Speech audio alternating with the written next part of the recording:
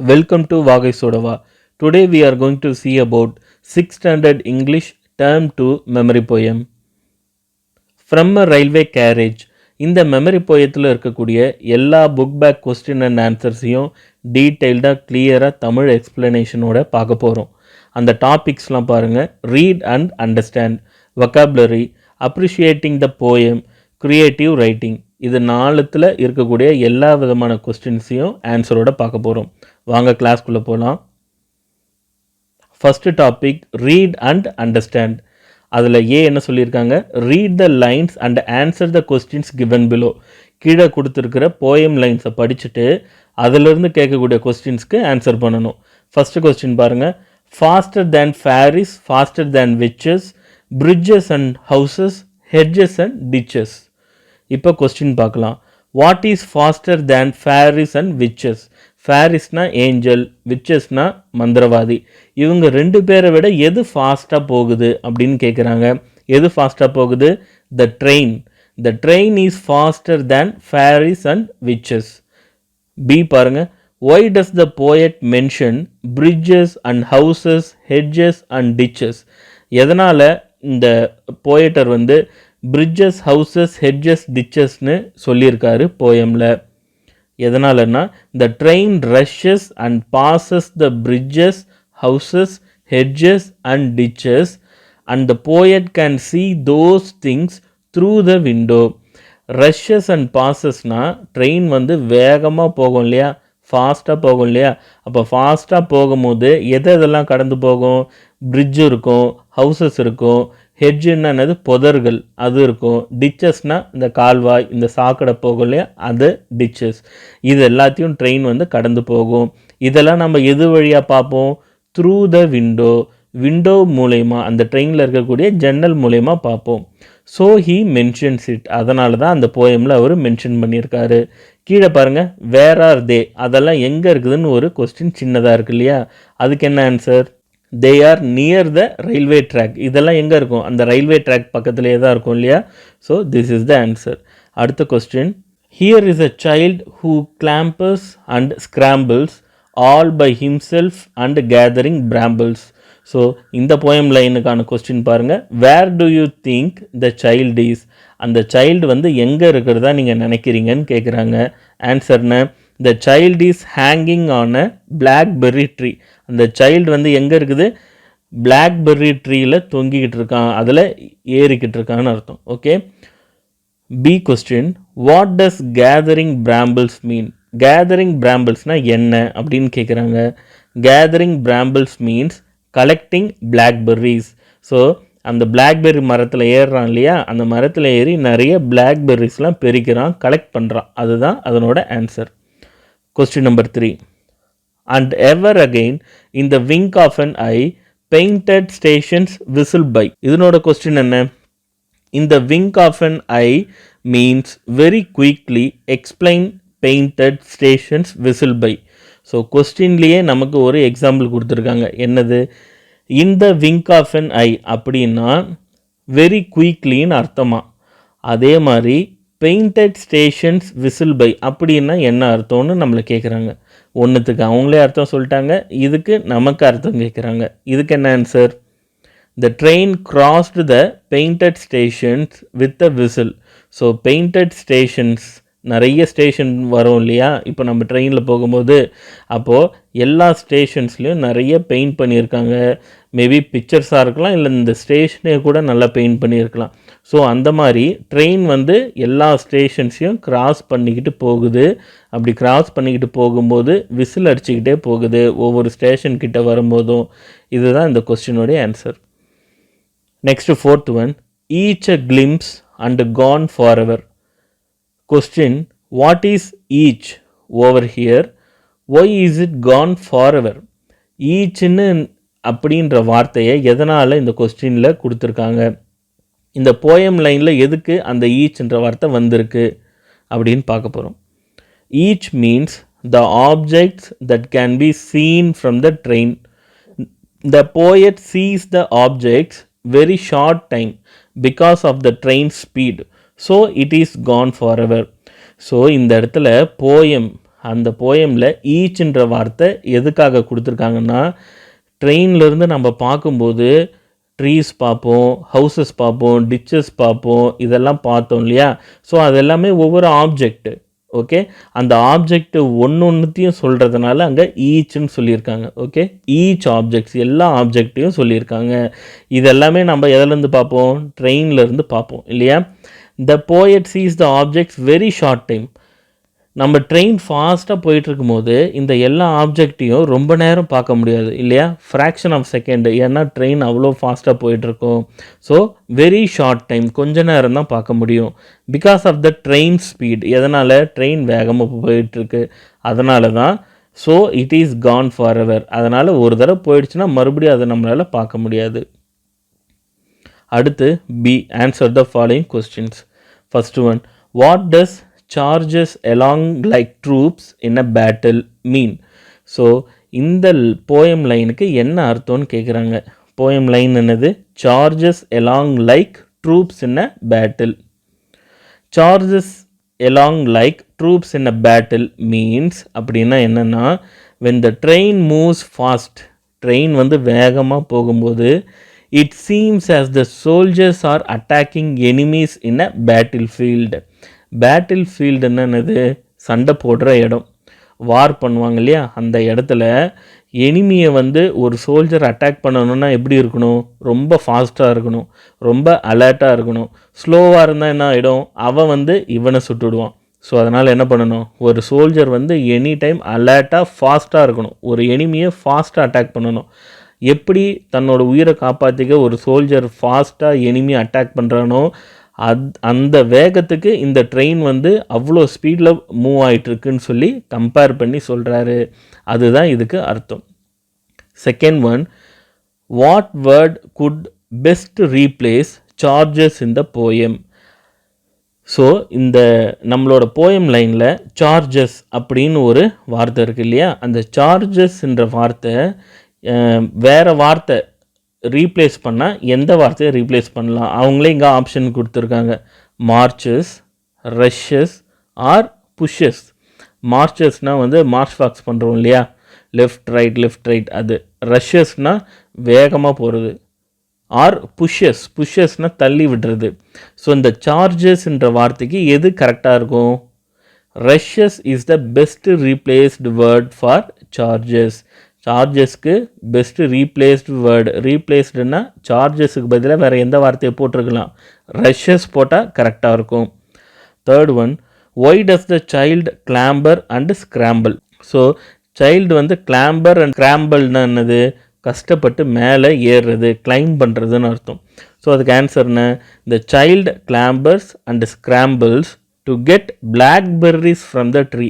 Tree மேலே ஏறி பிளாக்பெர்ரிஸை பறிக்கிறதுக்காக தான் அவன் கஷ்டப்பட்டு ஏறுறான்.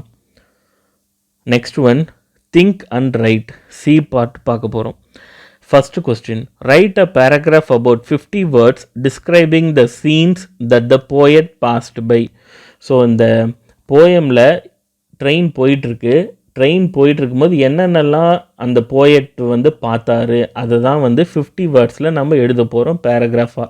ஸோ அதனால் 4 பாயிண்ட்ஸாக சிம்பிளாக எழுதியிருக்கேன், நீங்கள் பாருங்கள். First point, the poet passes by. அந்த போயட் வந்து ட்ரெயினில் போகும்போது எதெல்லாம் பாஸ் பண்ணுறாரு, எதெல்லாம் தாண்டி போகிறாரு, என்னென்னது? பிரிட்ஜஸ், ஹவுசஸ், ஹெட்ஜஸ்னா என்னது? புதர்கள், செடி கொடிலாம் இருக்கும் இல்லையா அது. டிச்சஸ் அண்டு கிராசஸ், இந்த புல்வெளிங்க. ஹார்சஸ், கேட்டில்னு என்னது? ஆடு மாடு அந்த மாதிரி. ஹில் அண்டு பிளெயின், இது எல்லாத்தையும் அவர் கடந்து போகிறாரு. Second point, he sees the painted railway stations and a child climbing the blackberry tree.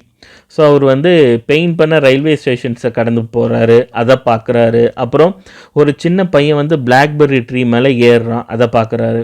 அடுத்த point, he sees a homeless person and a man with a load. அவர் வேறு யாரை பார்க்குறாரு? வீடே இல்லாமல் சும்மா தெருவில் போயிட்டு வந்துட்டுருக்கிற அந்த மாதிரி ஒரு ஆளை பார்க்குறாரு. அப்புறம் ஒரு ஆள் வந்து ஓவர் லோடு எடுத்துக்கிட்டு வண்டியில் போயிட்டுருக்காரு, அவரை பார்க்குறாரு. அடுத்த point, he sees a cart mill and a river. So ஒரு வண்டியை பார்க்குறாரு, ஒரு மில் பார்க்குறாரு, ஒரு ஆலையை பார்க்குறாரு, அப்புறம் ஒரு ரிவரை பார்க்குறாரு.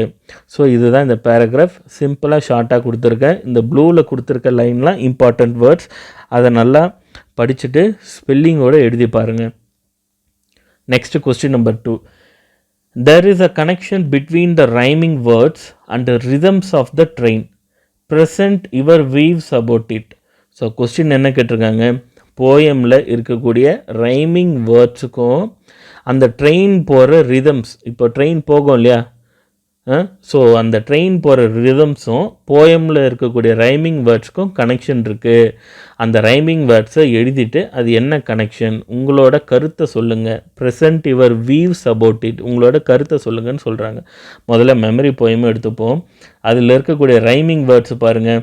லாஸ்ட்டாக இருக்கா, என்னென்ன இருக்குது, witches, ditches, battle, cattle, plain, rain, eye, by, scrambles, brambles, gases, daisies, road, load, river, forever. இதெல்லாமே என்னது, ரைமிங் வேர்ட்ஸ். ஒரே சவுண்டில் முடியுது இல்லையா, அதெல்லாம் என்னது, ரைமிங் வேர்ட்ஸ். இப்போ நம்மளோட வீவை சொல்ல போகிறோம். நம்ம வீவ் என்னது, the rhythm of the poem and the moving train on its lines is regular and steady. நம்ம போயமில் இருக்கக்கூடிய அந்த ரைமிங் வேர்ட்ஸும் தென் அந்த ட்ரெயின் வந்து ஒரே ஸ்பீடில் ஒரே சவுண்டோட அப்படியே போகுது இல்லையா, ஸ்டெடியாக போகுது இல்லையா, ரெகுலர் அண்ட் ஸ்டடி. இது ரெண்டுமே எப்படி இருக்குது, ஒரே மாதிரி இருக்குது. ஆனால் but the view from the window of the train is constantly changing. அந்த ரிதமிக் சவுண்டு ஒரே மாதிரி இருந்தாலும் எது வேறு மாதிரி இருக்குது. நம்ம ட்ரெயின்லேருந்து வெளியே பார்க்கும்போது மரம், செடி, கொடி, ஆடு, மாடு, பிரிட்ஜு இதெல்லாம் வந்து மாறிக்கிட்டே இருக்கு இல்லையா, ஃபாஸ்ட்டாக நம்ம கடந்து வந்துக்கிட்டே இருக்கோம் இல்லையா, அந்த வீவ், அந்த சீன் எல்லாமே சேஞ்ச் ஆகிக்கிட்டே இருக்குது இல்லையா. ஸோ அதுதான் நம்ம இப்போ சொல்ல வரோம். அந்த வீவ்ஸ் எல்லாமே சேஞ்ச் ஆகிக்கிட்டே இருக்குது, ஆனால் ரைமிங் வேர்ட்ஸும் அந்த ட்ரெயின் போகிற ரிதமும் சேமாக இருக்குது. இதுதான் நம்மளோட வீவ். அடுத்து D, fill in the blanks to complete the summary. இங்கே கொடுத்துருக்க சம்மரியை கரெக்டாக ஃபில் பண்ணி நம்ம சால்வ் பண்ணணும். Ever since their introduction, the trains and their unique rhythms have impressed poets. In this poem, the poet shares his experience of a train journey with us. இந்த poet வந்து இந்த poeter என்ன பண்ணுறாரு, அவருடைய train ஜேர்னியோட எக்ஸ்பீரியன்ஸை நம்மக்கிட்ட share பண்ணுறாரு. He presents natural scene from the window of a railway carriage. அவர் ட்ரெயினில் ரயில்வே கேரேஜில் இருந்து அவர் என்ன பண்ணுறாரு, விண்டோ மூலயமா என்னென்னலாம் பார்த்தாரோ அதெல்லாம் சொல்கிறாரு. The rhythm is regular and steady, but the view from the window of the train is constantly changing. So train போகிற அந்த ரிதம் வந்து சேமாக இருக்குது, ஆனால் அவர் அந்த ட்ரெயின்லேருந்து பார்க்கக்கூடிய எல்லா சீனும் மாறிக்கிட்டே இருக்குது, சேஞ்சஸ் ஆகிக்கிட்டே இருக்குது. The poem's rhythm and phrases bring joy of a railway journey. அந்த போயமில் இருக்கக்கூடிய அந்த ரைமிங் வேர்ட்ஸும் ஃப்ரேசஸ் இன்னும் இருக்கக்கூடிய சில சென்டென்ஸும் படிக்கும் போது ரொம்ப சந்தோஷத்தை குடிக்குது. The poet looks out of the window at the painted station images outside. So அந்த போயட் வந்து ட்ரெயினில் போயிட்டுருக்கும்போது பெயிண்டட் ஸ்டேஷன்ஸை பார்க்குறாரு. Every line we see here is a quick account of something seen for very short time. அவர் அந்த ட்ரெயின்லேருந்து எதை பார்த்தாலும் 1 second 2 second தான் பார்க்க முடியும், ஏன்னா ட்ரெயின் அவ்வளோ ஃபாஸ்ட்டாக போயிட்டுருக்கு. ஸோ கொஞ்ச நேரம் தான் அவரால் பார்க்க முடியும். The line that best sums up in the final one. So மேலே கொடுத்துருக்க எல்லா லைனையும் ஷார்ட்டாக ஒரே லைனில் சொல்லணுன்னா, each a glimpse and gone for ever. எதை நம்ம பார்த்தாலும் 1 செகண்ட், கிளிம்ஸ்னால் டக்குன்னு பார்த்துட்டு டக்குன்னு மறைஞ்சிரும், அதுதான் கிளிம்ஸ். ஸோ 1 செகண்ட் தான் பார்க்க முடியும், அதுக்கப்புறம் மறுபடியும் பார்க்க முடியாது. கான் ஃபார் எவர், அது போயிடும். அடுத்த பார்ட் ஒக்காபுலரி பார்க்கலாம். Find me in the poem. So இந்த போயமில் கொடுத்துருக்கிற வேர்ட்ஸை வச்சுக்கிட்டு இந்த லைன்ஸை படித்து கரெக்டாக ஃபில் பண்ணணும். இந்த போயமில் இருக்கிற வேர்டை வச்சுக்கிட்டு தான் ஃபில் பண்ணணும். ஓகே, ஃபஸ்ட் ஒன் பாருங்கள். I can help you to cross the river. நான் வந்து ரிவரை கிராஸ் பண்ண ஹெல்ப் பண்ணுவேன். அது யார்? நம்ம போயம்லேயே இருக்குது bridge. Second one, I can border your garden. உன்னோட கார்டன்னு தோட்டம். ஸோ தோட்டத்தை சுற்றி நான் என்ன பண்ணுவேன், பார்டர் போடுவேன். ஸோ பார்டர்னா என்ன, ஃபென்ஸ் மீன்ஸ் வேலி போடுறது. ஐ கேன் அலர்ட் யூ, நான் உன்னை அலர்ட் பண்ணுவேன். அது யார், whistle. I can carry you, நான் உன்னை கூட்டிகிட்டு போவேன், நான் உன்னை தூக்கிட்டு போவேன். அது யார், train. You can ride on me, நீ என் மேலே உட்காந்துக்கிட்டு நீ பயணம் செய்யலாம். அது யார், horse. You can climb on me, இங்கே புக்லேயே தப்பாக இருக்குது, மென் கிடையாது, me. You can climb on me, என் மேலே நீங்கள் ஏறலாம். அது யார், tree. You can lay down on me, நீங்கள் என் மேலே உட்காரலாம் இல்லை படுத்துக்கலாம். அது யார், மெடோ. ஓகே, மெடோன்னா என்னது, புல்வெளி. இந்த கிராஸ் எல்லாம் இருக்கும் இல்லையா, பச்சை பசுமையாக, அந்த புல்வெளி மேலே நம்ம உட்காரலாம், படுத்துக்கலாம். Eighth one, you can play with me, நீங்கள் என் கூட விளையாடலாம். அது யார், ரிவர். ஸோ ரிவரில் நம்ம அந்த கரையோரம் ஜாலியாக விளையாடுவோம் இல்லையா, ஸோ அதை தான் சொல்கிறாங்க.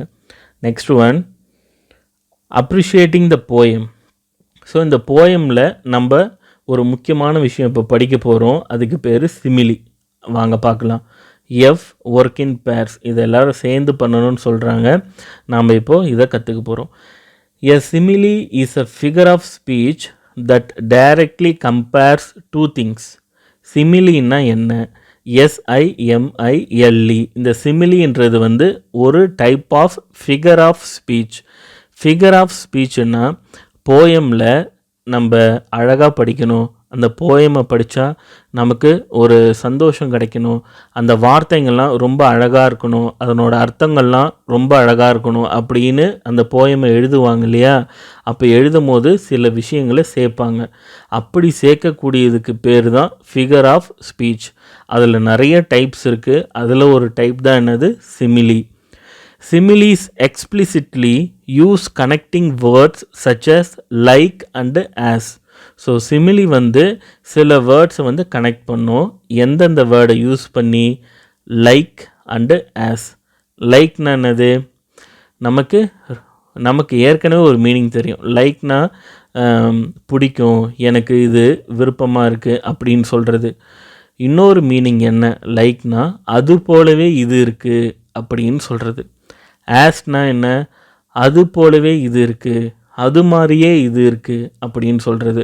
லைக்னாலும் ஆஸ்னாலும் ஒரே மீனிங் தான். என்ன மீனிங், ஃபார் எக்ஸாம்பிள், என்கிட்ட ஒரு புக் இருக்குது, என் ஃப்ரெண்டுக்கிட்டேயும் ஒரு புக் இருக்குதுன்னு வச்சுங்களேன். என் புக்கு மாதிரியே உந்து இருக்குது, உன் புக்கு மாதிரியே எந்த இருக்குன்னு சொல்லுவோம் இல்லையா. Okay, so your book is like me, my book is like you. So அந்த மாதிரி சொல்கிறது. ஆஸ்னாலும் அதே மீனிங் தான். ஸோ இங்கே ஒரு எக்ஸாம்பிள் கொடுத்துருக்காங்க பாருங்கள். ஆஸ் கூல் ஆஸ், இது கூலாக இருக்க மாதிரி அதுவும் கூலாக இருக்குது. லைக் எ சைல்டு, நீ குழந்த மாதிரி இருக்க. இதுதான் இதனோட எக்ஸாம்பிள் கொடுத்துருக்காங்க. இப்போ நம்ம கொஸ்டின்குள்ளே போகலாம். Discuss with your partner and pick out the similes used in the poem. நம்ம என்ன பண்ணணும், இந்த போயமில் கொடுத்துருக்க சிமிலீஸ்லாம் என்னென்னு கண்டுபிடிக்கணும். Which one do you like the most, why. அதெல்லாம் கண்டுபிடிச்சிட்டு எந்த லைன் நமக்கு பிடிச்சிருக்கு, எதுக்காக அப்படின்னு சொல்லணும். ஃபஸ்ட்டு பாருங்கள், charging along like troops in the battle. So இந்த போயம் லைனில் என்ன இருக்குது, சிமிலி இருக்குது. எப்படி கண்டுபிடிச்சோம், லைக்குன்னு ஒரு வார்த்தை இருக்கா, லைக் ட்ரூப்ஸ், அதனால் சொல்கிறோம். இந்த லைனில் என்ன இருக்குது, சிமிலி இருக்குது. அடுத்த லைன் பார்ப்போம். ஃப்ளை ஆஸ் திக் ஆஸ் டிரைவிங் ரெயின். ஸோ இந்த இடத்துல என்ன இருக்குது, ஆஸ் இருக்கா, ஆஸ் திக் ஆஸ். இந்த இடத்துல ஆஸ் வந்திருக்கு, அதனால் இந்த லைனில் என்ன இருக்குது, சிமிலி இருக்குது. இப்போது இந்த ரெண்டு லைனில் எந்த லைன் நமக்கு பிடிக்கும்னு சொல்லணும். ஓகே, ஸோ நம்ம என்ன சொல்ல போகிறோம், I like the simile like troops in a battle. அந்த லைனில் இருக்கிறது தான் எனக்கு பிடிக்கும்னு சொல்லியிருக்கேன். Because the soldiers are very quick when attacking enemies in a battle field. நம்ம போர்க்களத்தில் சோல்ஜர்ஸ்லாம் என்ன பண்ணுவாங்க, படை வீரர்கள் எனிமியை தாக்கிறதுக்கு ஃபாஸ்ட்டாக செயல்படுவாங்க இல்லையா.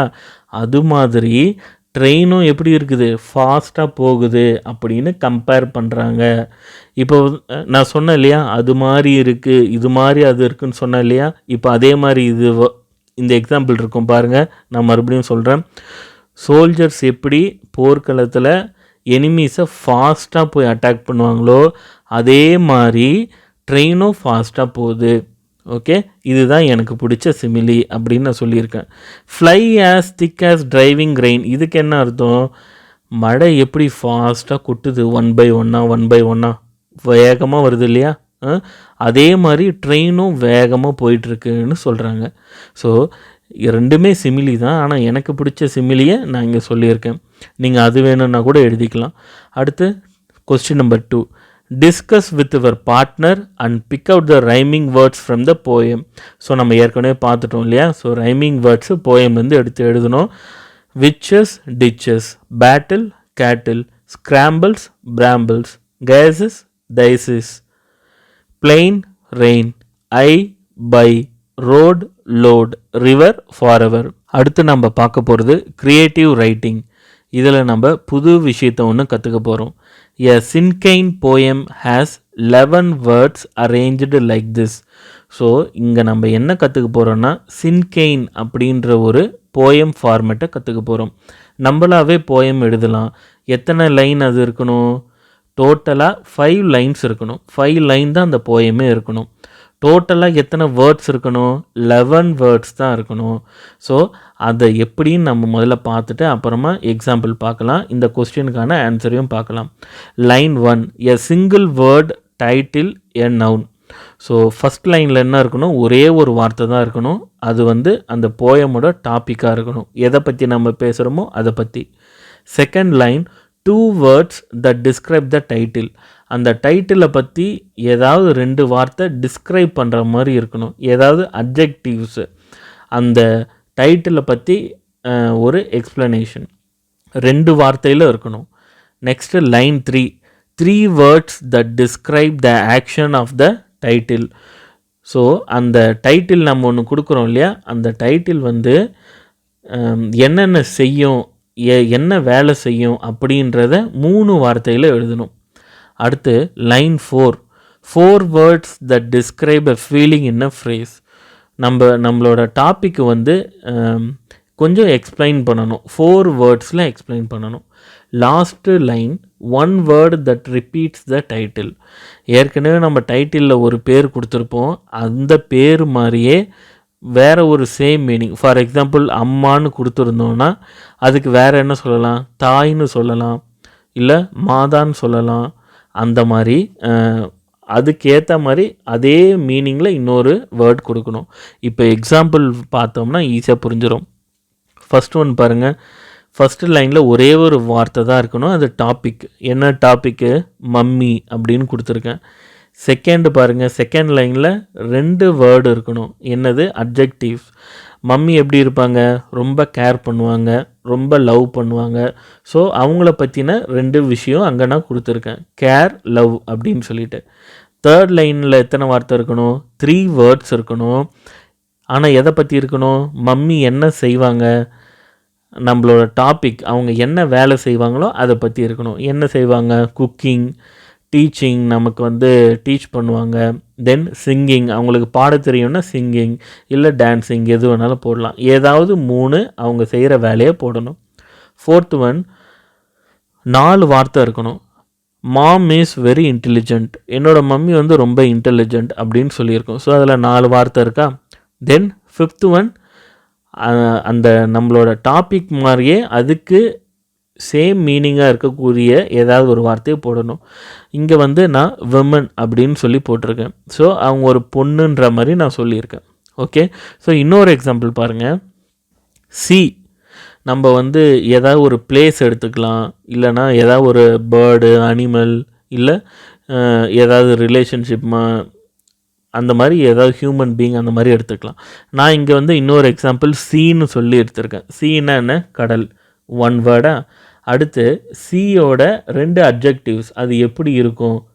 பார்க்குறதுக்கு பியூட்டிஃபுல்லாக இருக்கும். செகண்ட் ஒன், அது தண்ணி குடித்தா லைட்டாக உப்பு கரிக்கும் இல்லையா, லைட்டாக இல்லை, ரொம்பவே உப்பு கரிக்கும். ஸோ இது ரெண்டும் தான் என்னது அட்ஜெக்டிவ்ஸ், 2 வார்த்தை. தேர்ட் லைனில் 3 words should be there. So என்னென்ன இருக்கும்? வேவிங், இந்த அலை அடிக்கும் இல்லையா, அதுதான் வேவிங். ஃப்ளோட்டிங்னா என்னது? மிதக்கிறது. ஓகே, மிதக்கும். தென் ஸ்டார்மிங், புயல்லாம் எங்கே உருவாகுது? கடலில் தான். ஸோ ஸ்டார்மிங் 3 வார்த்தை. ஃபோர்த் ஒன் என்னது? சீயை பற்றி நம்ம எக்ஸ்ட்ராவாக ஏதாவது சொல்லணும். C is very attractive.